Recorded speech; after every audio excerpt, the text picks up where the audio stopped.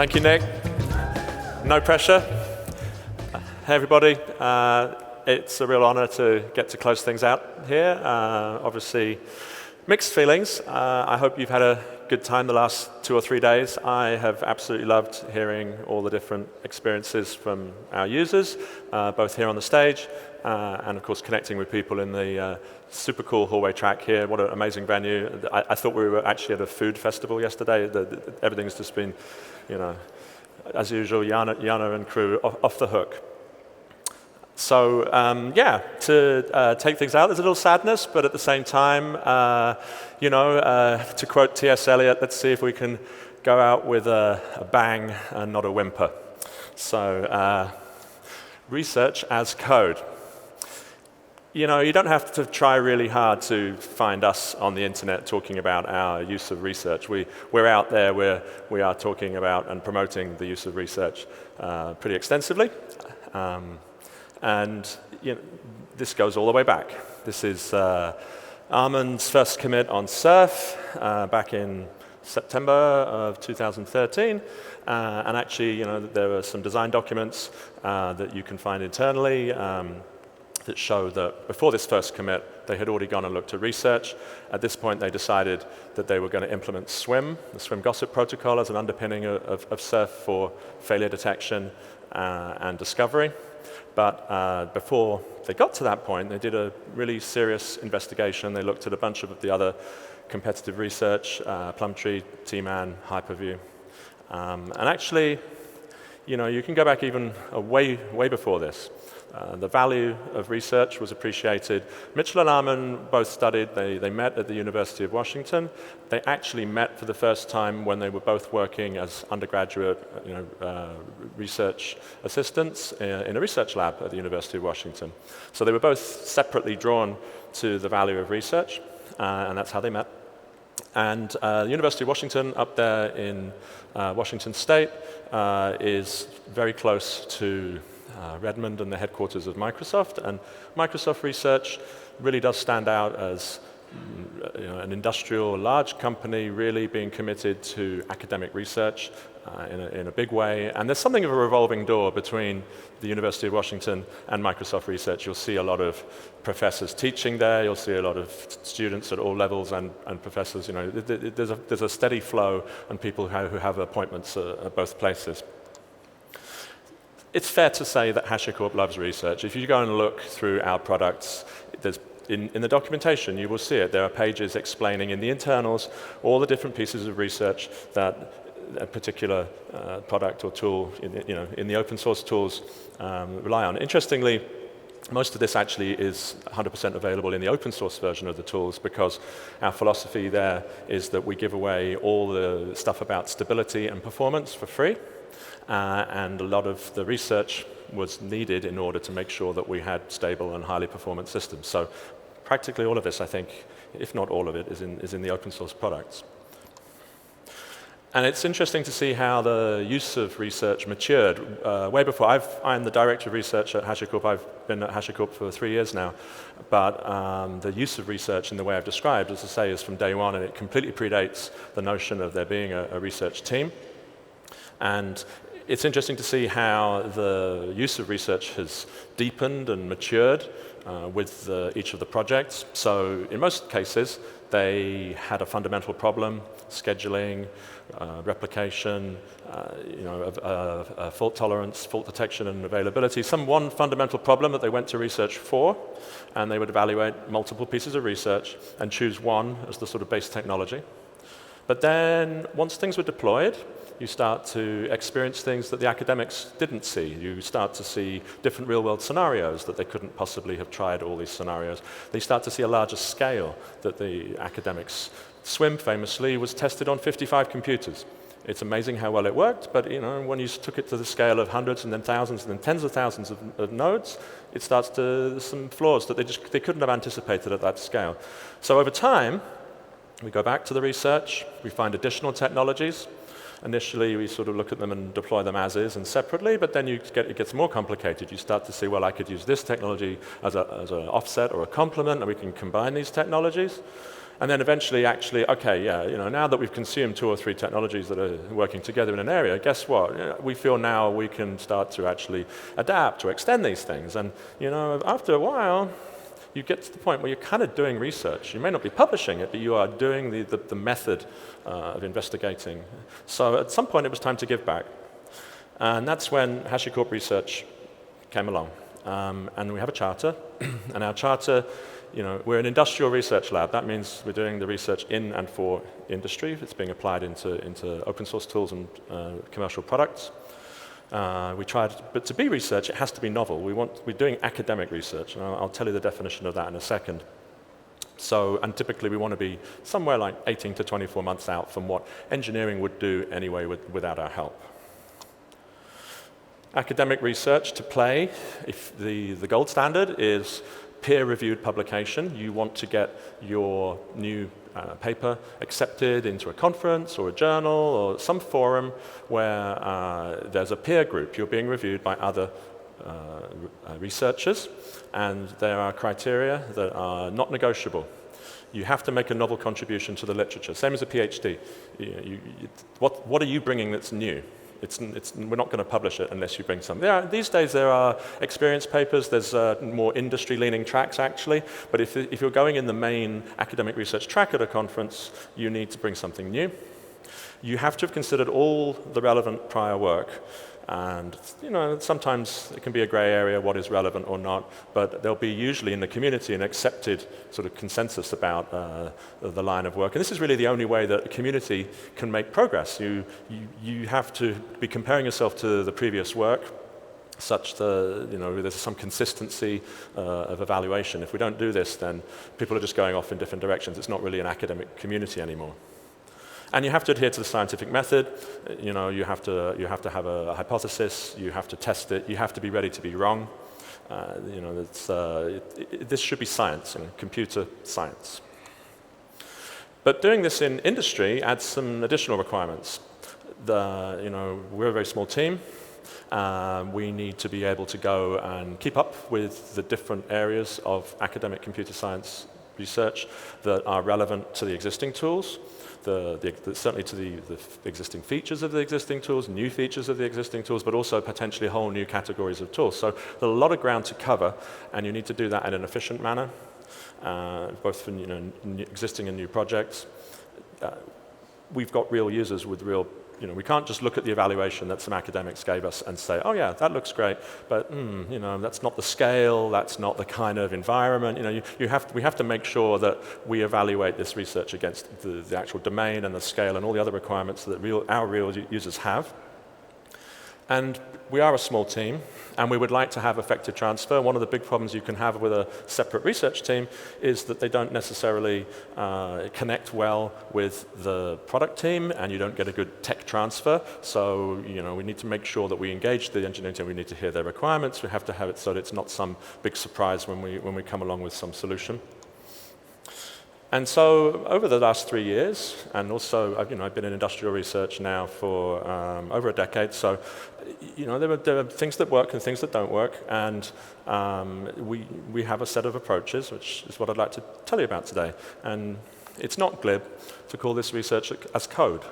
We have a lot of X as code in this community, and actually it turns out that this fits really well. There's bunch of, take the whole of DevOps. Nobody really takes the whole of the Agile methodology. There are certain core things from DevOps, Agile, and Lean methodology that we have found work really well as practices for doing research in this setting.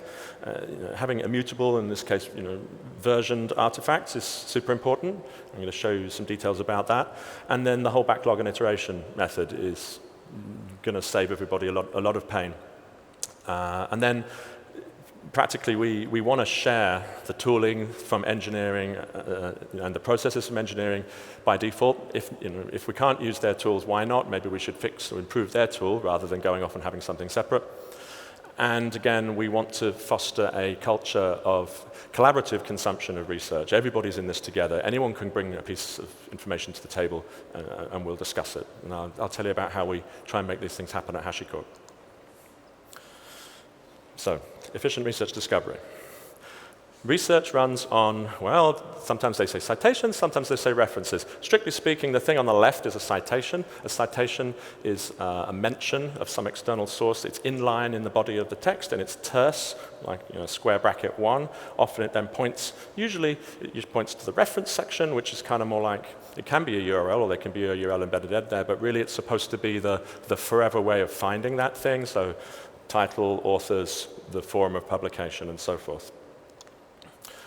And this is the power of academic research. Because people reference all of the previous relevant work, they cite it, or there's a bit of back and forth in terms of the terms cite and reference. But here we have a graph. It's like the web graph, except the nodes are the papers instead of being web pages, and the edges are citations/references instead of being URLs. And it's a directed graph, so paper A cites or refers to references paper B. It's mostly acyclic. It can take months, actually, between a paper being submitted to a conference and it being accepted, and you usually, if some new relevant research comes in during that time, then it's the right thing to do to update your, if it doesn't completely invalidate your conclusions, it's the right thing to update your conclusions and reference it. So you can have an interesting situation where it can reference something published approximately at the same time, and even the two things can reference one another.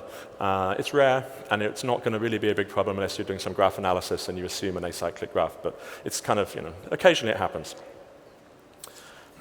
And people who care deeply about this kind of thing say things like, this is one of the most important intellectual achievements of humanity. And it really is, because this thing, it transcends time and space, language, culture. If we buy into this model, it's a way for us to make advance as a species.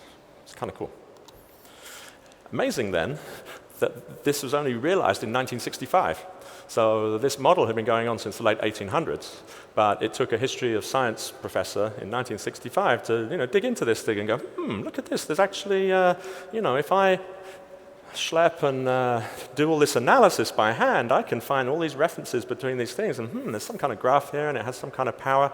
Of course, this was actually made possible. There was the first index of academic papers was assembled by information retrieval librarians, essentially, in 1961. So this was a very manual process. Of course, fast forward, we know that there are companies who are very good at building, indexing things at scale, and this stuff has taken off. But actually, in the 70s, information retrieval, a lot of the ideas that Google applied at ultimate scale, they actually went and hired information retrieval people who'd cut their teeth on this corpus and legal documents and medical, but the academic publication citation graph is one of the originators of the stuff that fed into Google being able to do this for the web. So how do you make use of this crazy graph? Well, you should use a healthy mix, a diverse variety of methods to access and cover the graph, to try and unearth the things that would be useful in your particular context. There's a whole bunch of different techniques here. I have not got time to talk to you about them because this is a short talk. So please don't go there now. It's going to 4:04. But when you're not looking, it's magically going to go live right at the end of this talk. And so this is just a little repository that we're going to start to use to share resources that we hope are useful to you. And it's not particularly prescriptive, but we're starting to compile, hey, this is some basic stuff you should be aware of, and here are some smart people who've talked about this stuff in the past. The version that's going to get pushed out today has a little bit of these topics. There's more is going to get added, and PR requests are greatly appreciated as well. We'd love this to be a repository of a shared knowledge. And one of the things that is mentioned in there, and I really call your attention to, is open access. So, digitization, the cost of production has gone down, just like with many other industries. There are institutions that are predicated on charging people lots of money for access to information in this area. We personally, we give, so who have subscriptions to the professional bodies like the IEEE and the ACM. Even they, over time, are becoming more open with the access to information, but that's kind of the extent. HashiCorp is very committed to open access, and we encourage you, there are some links on the repo. Go read about this stuff and educate yourself, form your own opinion, but we believe open access is really the right way to go. So, once you've done these things, what do you do with it? In our case, you have a little Agile methodology. So you have a set of sources. For each project we do this. We have a set of the sources that we think are going to be relevant feeds for where we're going to get relevant papers.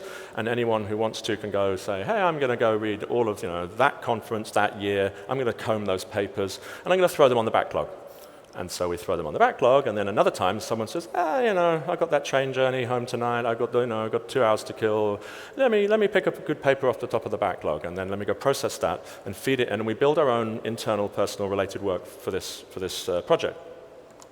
And it turns out that in our case, we found that Google Doc is perfectly adequate for this. So this is the top of the document where we list the sources, and you also track, someone has processed that year, you don't need to do that. So we sort of iterate through crawling the frontier of this graph, sort of forum by forum. And then in this particular moment, the backlog, we're doing our job, we're keeping up with the backlog. So the backlog is short, but somebody would grab that off of the backlog and they would they would read that paper, and then they would find a place for it in our little taxonomy of topics. And if there isn't the right topic, they could add a topic, or they could discuss it with other people. But the idea is to sort of incrementally, iteratively accrete knowledge. These are papers that somebody who gets what the agenda of this project is has looked at, and they've pulled out maybe the few critical points to save everybody having to read the same paper fully. And this is great, right? Because we've decomposed a complex problem. We've done the thing that we do at work. We've done it with research. So we've broken the problem down into small, achievable tasks. It means you can chip away at it. You're more likely to, start and keep going, and you can bring people in from across the organization. Hey, I'm not sure how to review a paper. Okay, let me do this one with you. Let's do it together over Zoom. And then, okay, you write it up. Bam, now you can review papers. So how do we make sure, I mentioned industrial research, we have to go beyond. It's not just enough to look at the way that the paper has reviewed the problem, has evaluated the problem and the benchmark. We want to make sure that's interesting, but we need to make sure it lines up with our understanding and what we do know about the way our users use our systems. So again, we want to have a successful transfer to the engineering team, and already they're doing this stuff. So it turns out that we have a great software design workflow at HashiCorp. It has been evolving. And it will continue to. But the core, it started out just with the high-level design document. The product thing got added later. But at this point, now that we have a larger organization and things that are a more mature process, we have product managers. We have PMs and people who go and engage through sales and through the open source community. We hear a lot of requirements, and we triage and make sense of those, and when we have a new product or a new feature, we write a PRD that captures different scenarios, different use cases for how we see, what could we hit that would hit a number of different high-value features for different populations. How should we go forward in this next iteration of this product or this new product? And then that gets handed off to engineering, who write the RFC, which is, okay, given these requirements, high-level design. We don't go the blow-by-blow, but what's the API going to look like? What do we think we're doing technology-wise and semantics? And again, if we have these for the big research projects like Vault Advisor. We went off, we wrote a PRD. We looked at the PRDs for the actual product from Vault, but then we also consulted with people and we wrote a PRD for the research project, and then we wrote, it was big enough that we followed a pattern that Console Connect kicked off, which is where we have one umbrella RFC that frames the high level and connects to the PRD, the high level requirements, but if it's a big thing, we don't want each of these documents to be much over 5 to 20 pages, 5 to 10 is the sweet spot. So we then decompose the problem and write a series of RFCs, and we even do that in research, and we found that really helpful. We weren't doing that. Console Connect started doing that, and we said, yeah, retroactively, we were 3 months into the Advisor project, let's do that, and it's really helped us to clarify what our objectives were and how we were going to get there with Advisor. However, before there was HashiCorp Research, which has only been 3 out of 6, 7 years of HashiCorp's history, they were already consuming research. So you will see some older RFCs, and we still encourage this. There's nothing wrong with the product group directly saying, we know that there's this research, okay, and you'll even find little backlogs When they process a paper, they will say, well, what are its features, and what are the pros and cons of those features? And this is a lot like doing a market research competitive analysis. You may even have one of those, matrix with the check, this thing has this one, this thing has this one, and then showing how the language, each product or paper might use different language. Let's map that onto something unified so that we can really do an apples to apples comparison. And it's like competitive analysis, and actually it could be competitive analysis, because if you don't implement this thing, somebody else might. It could actually pop up in a competitive solution. So it is both like and it is potential competitive analysis. So that's great for getting requirements. Now, and also for looking at how we're going to measure things. How do we measure things? So we have reproducible test environments at HashiCorp. This is a private project. There's a good chance we'll open source this. It's only going to help you if you're benchmarking console, though. The key thing is we built this stack in a very straightforward way. We use Packer to make AMIs. We use Terraform to bring up a metrics server and sort of lay down the foundation of the networking and everything. And then each individual developer, if it's running in dev, can in the morning or whenever they need to spin up a cluster, a Nomad cluster, and in this case you run a job, and the job brings up a console cluster and runs a workload against it, and then we tear down the console cluster. We also run it in CI. So you probably have tools like this, but when you start doing research, a key point is to make sure that the research is being, as much as possible, using these tools that you're already using for this kind of thing for your production engineering. And then the actual workloads. So when we run those jobs, when we spin up a console cluster, there's a cluster, there are agents, and then we have this console live client tool. And the commands represent different ways of simulating, generating synthetic workloads, but they've come about from conversation with different customers and users, and from looking at different aspects of the problem. And you can compose these things and run different numbers of instances to try and stress test, induce different scenarios that are interesting to examine. And so this is awesome. This is a cross-team, artifact-driven approach. This is agile development, integrating so nicely with research. Anyone can contribute, anyone can use, anyone can review. So a sales engineer might be doing a stress test situation with a prospective customer, or your solutions architect might be working with an existing customer.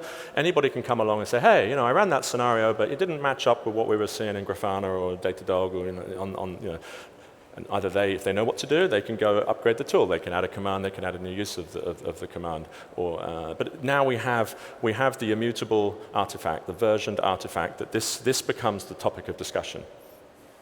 So research benefits, we immediately go in there and we see all of the work that was already done in this sphere by all of our sibling teams across the organization. And I think it goes both ways.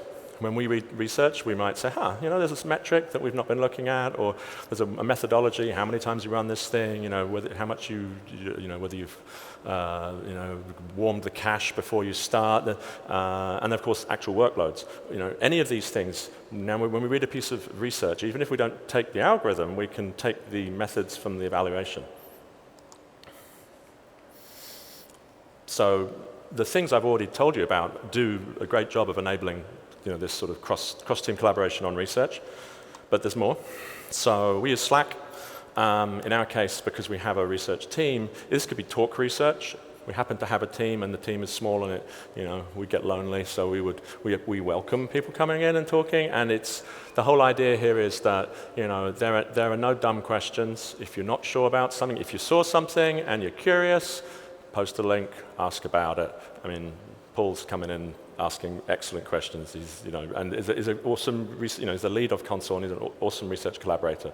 So we have a very vibrant, discussion, but it's completely non-judgmental, and it's great because you have domain experts. People have, in their previous jobs, someone might know a lot about replication or consistency, or how to do synthetic benchmarks. So it turns out you've got people across your organization who've maybe got, pieces of the answer as you try to synthesize your own research methodology and just generally use research to up the game of the whole technical organization.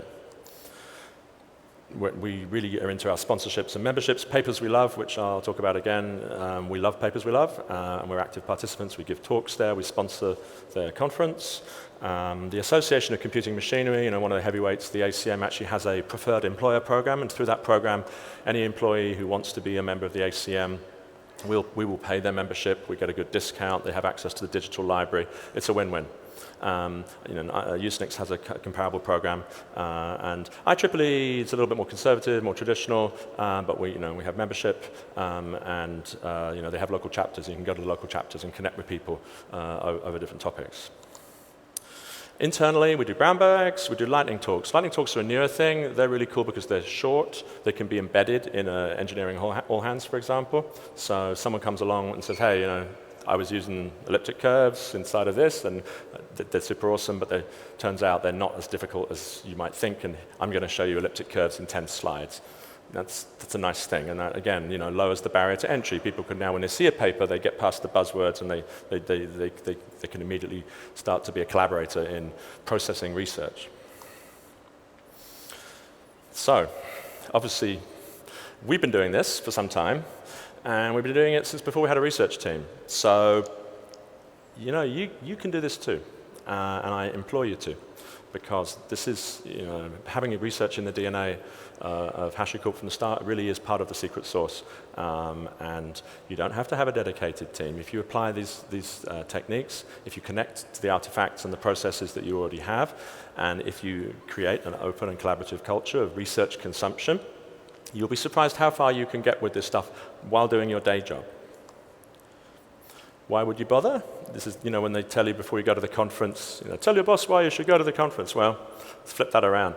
You were at this conference, and now you're going to go back and tell your boss why you should all start doing some research, or at least consuming research. Yes, it's going to give you state-of-the-art algorithms. Okay, the product, the bird has flown the coop. We're not looking for a new algorithm, thank you very much. Well, you might change your mind down the road. There's V2, V7, whatever, but also, even if we don't take it, what about this methodology of the evaluation? What about the metrics, the workload? Are we testing our product the right way? Talent, you can bring in interns and full-time people based on use of research. We'll get into that in a second. And hopefully you're in a place where people will feel happy about the fact that you are looking at and consuming research. Papers We Love is awesome. They have a GitHub repo. It's a curated collection of lots of papers that people have brought. The people at the meetups go to the meetups. They talk about their favorite paper. You can have good Q&A. You can connect with other people who are curious about research. They put a lot of those talks on YouTube, and they have a conference. So there are many ways to access Papers We Love. And then Adrian Collier has been in the industry for many years and takes it upon himself to write the morning paper. It'll drop in your inbox with a nice write-up of a highly relevant systems paper if you're on the systems operations engineering side of things. And at work, the things I've mentioned, a Slack channel, having a reading group or a brown bag, and then is there anyone at work who did some research? They may not have finished, they could have started. What about the data science team? Those guys are actually living it. They are having to keep up with all the machine learning research, and they're trying to build a continuous delivery, applied research platform. Talk to them, build the bridge. And you can get involved out there as well. You can email, you can tweet. A lot of professors and students are tweeting these days. If you have a program of professional development, go to an academic conference. You don't have to go to an industry conference. And blog or tweet about your problems. They will come to you. And one of the ways they will come to you is as a PhD intern, because there's a wonderful fit here. If you've got a real problem and or data that needs to be solved, that is exactly what that intern and their professor need to make their research more relevant. So, connect with them. Don't do this. Don't harass them over the internet. You should email them privately, or go to the conference and talk to them over their poster or after they've presented their paper. But it's very easy to find interns who could have a great impact on your product. You own the intellectual property of anything they do while they're there. It gets a bit more complicated when they go back. But if you don't worry about patents, that's not a problem. Otherwise, patent when they finish the internship. And don't forget that researchers are people too. There's this perception that I'm outside of the ivory tower. They wouldn't possibly want to hear from me. But you don't have to dig deep to find them on Twitter saying, "Well, I wish more people would talk to me about my research." So they're a researcher standing by, ready to take your call. And with that, we are putting this little repo live. It's just beginning to get going now. I will be PRing more stuff myself. I encourage you to read it. Email with me privately or send me a PR if you have more good things that you think should be in here to encourage this kind of process. And I'd love to talk to everybody about this afterwards as well. So thank you.